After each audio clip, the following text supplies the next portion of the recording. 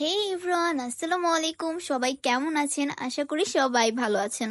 তো আপনারা হয়তো সবাই ভাবতেছেন যে আজকের এই ভিডিওটি কি নিয়ে বা আমি কোথায় যাচ্ছি, তাও আবার মিন্না আমি একসাথে। তো আপনারা তো সবাই অলরেডি জানেন যে মিন্না আমরা সবাই একসাথেই আছি। এছাড়াও এখন থেকে মিন্না আমাদের সাথেই থাকবে, মানে হচ্ছে এখন থেকে আমাদের অল টিম মেম্বার বেশিরভাগ সময় একসাথেই দেখতে পাবেন আপনারা। তো যাই হোক, এখন কথা হচ্ছে কোথায় যাচ্ছি, তাও আবার মিন্না আর আমি। আসলে গ্রামে যাচ্ছিলাম।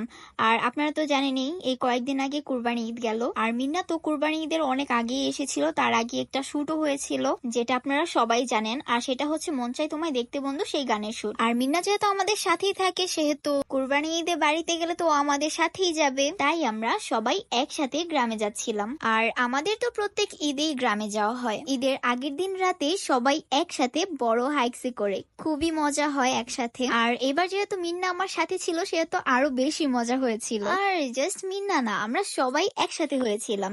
বাট মিথিলা আর আফরিন ঈদের পরদিন গিয়েছিল, আর মিন্না আমার সাথেই চলে গিয়েছিল। তো যাই হোক, দেখতে দেখতে কিন্তু সকাল হয়ে গেছে। আর আমাদের প্রত্যেক ঈদেই এভাবেই গ্রামে যাওয়া হয়, আগের দিন রাতে যাই এন্ড বাড়িতে যেতে যেতে সকাল হয়ে যায়।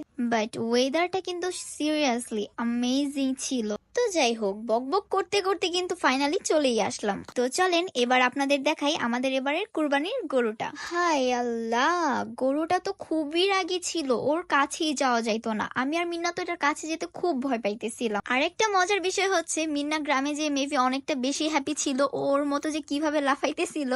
তো যাই হোক, দেখেন, আপনারাই দেখেন, গরুটার কাছে যখন যাই তখন গরুটা আমার সাথে কি করে। আমি তো এত পরিমাণ ভয় পাইছি, মানে কি বলবো, আপনারাই দেখেন গরুটা আমার সাথে কি বিহেভটাই না করলো। আর আমি যতদূর জানি এরকম কালারের যে গরুগুলা হয় এগুলো একটু রাগী হয়। তো যাই হোক, অনেক ঘোরাঘুরি করার পর আমার চোখ গেল আম গাছের মধ্যে। তারপর আমার তামির ভাইকে বললাম যে ভাইয়া আমটা আমাকে পেড়ে দেন। পরে ভাইয়া দু একটা আম পেড়ে দেয়। আমি আর মিন্না আমগুলা মজা করে খাই। ফার্স্টে ভেবেছিলাম ভিতরটা কাঁচা হবে, বাট যখন কাটি তখন দেখি অনেকটা পেকে গেছে। এরপর সারাদিন আমি আর মিন্না অনেক দুষ্টামি অ্যান্ড অনেক ফাইজলামি করি। দেন দেখতে দেখতে রাত হয়ে যায়। বাট সবাই ঘুমিয়ে যাওয়ার পরও কিন্তু আমি আর মিন্না না ঘুমিয়ে হুদাই দুষ্টামি করতেছিলাম, মানে সারা রাত অনেক দুষ্টামি করছি। আর পরদিন তো মিথিলা আর আফরিন আসবে, তো সেই তো আমরা খুবই হ্যাপি ছিলাম। সো পরদিন সকালে আমি ঘুম থেকে উঠেই উঠানে অনেকক্ষণ হাঁটাহাঁটি করি। দেন মিথিলা আর আফরিনও চলে আসে। দেন ওরা আসার কিছুক্ষণ পরেই আমরা ভিডিও করতে চলে যাই, আমাদের কিছু ভিডিও করা বাকি ছিল তাই। বাট আপনারা বিশ্বাস করবেন না, ভিডিও করার নামে জাস্ট ভন্ডামি। দেখেন সবার অবস্থা দেখেন, মিন্না বসে আছে হাঁটু কেড়ে, আর ওরা দুজন আজাইরা ভিডিও। আর কি পরিমাণ যে দুষ্টামি আমরা করছি, মানে মনে হয় না ভিডিও করতে গেছি, মনে হয় যেন দুষ্টামি করতে গেছি। অনেক দুষ্টামি ফাইজলামি অনেক কিছু করি। বাট যাই হোক, ট্রাস্ট মি, এভাবে একসাথে সবাই থাকার কিন্তু মজাটাই আলাদা। অনেক দুষ্টামি ফাইজলামি অনেক মজা হয়। আর আমাদের মিন্না ম্যাডাম আমার দাদা ভাইয়ের জুতা পরেই চলে আসছে, এটা নিয়ে সবাই অনেকক্ষণ ওকে নিয়ে মজা ওড়ে অ্যান্ড দুষ্টামি করি।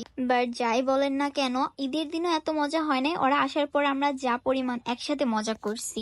আবার অনেকে একটা কথা বলে যে আমি নাকি বেশি দুষ্টামি করি, বেশি লাফাই, বেশি রিং বিরিং করি। তো যাই হোক, আমি একটু এমনই। আমার মানে যার সাথে মিশতে ভালো লাগে বা কথা বলতে ভালো লাগে তাদের সাথে আমি একটু দুষ্টামি বেশি করি। এছাড়াও ভিডিওতেও অনেক দুষ্টামি করি অ্যান্ড অনেক লাফালাফি করি, যেটা সত্যি কথা। বিকজ আপনারা তো সবাই জানেনই আমার ফ্যামিলির মধ্যে, আমার ভাই বোনদের মধ্যে আমি একটু দুষ্টু বেশি। তো যাই হোক, সবাই একসাথে অনেক দুষ্টামি ফাইজলামি অ্যান্ড অনেক মজা করি। তো আজকের ভিডিওটা এই পর্যন্তই, আর বেশি বড় করলাম না। সবাই ভালো থাকবেন, আল্লাহ হাফেজ।